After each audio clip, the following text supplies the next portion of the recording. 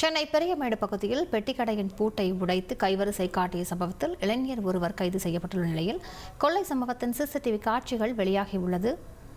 இதுகுறித்த கூடுதல் தகவலை செய்தியாளர் சாலமன் கேட்கலாம். சாலமன் வணக்கம். அவர் இப்படி கைது செய்யப்பட்டார், விவரங்களை பதிவு பண்ணுங்க. சென்னை மெரினா காமராஜர் சாலை அருகே நேற்று முன்தினம் இரவு போலீசார் வாகன தணிக்கையில ஈடுபட்டிருந்தனர்.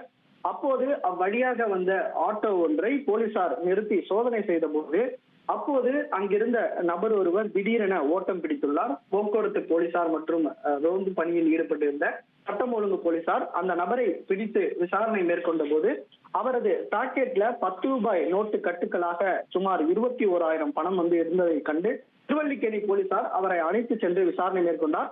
விசாரணையில அவர் பெரும்பாக்கம் பகுதியை சேர்ந்த சதீஷ் என்கிற பாம்பு சதீஷ் என்பதும் இவர் மீது பல்வேறு காவல் நிலையங்கள்ல குற்ற வழக்குகள் நிலுவையில் இருப்பதும் போலீசாரின் விசாரணையில தெரிய வந்திருக்கிறது. குறிப்பாக சம்பவ நாளன்று தான் இவர் பெரியமேட்டில் இருக்கக்கூடிய ஒரு பெட்டி கடையை உடைத்து 21,000 பணத்தை திருடிவிட்டு அதன் பின்பாக சென்ற போதுதான் போலீசாரிடம் சிக்கியிருப்பது விசாரணையில தெரிய வந்திருக்கிறது. அவர் அந்த பெட்டி கடையில திருடக்கூடிய சிசிடிவி காட்சிகள் தற்போது வெளியாகி இருக்கிறது. அவர் உள்ளே நுழைந்து நோட்டமிட்டு அதன் பின்பாக கல்லா பெட்டியில் இருந்த 21,190 ரூபாய் பணத்தை எடுத்து செல்வது போன்று சிசிடிவி காட்சியில வெளியாகி பெரும் பரபரப்பை ஏற்படுத்தி இருக்கிறது. விவரங்களுக்கு நன்றி சாலமன்.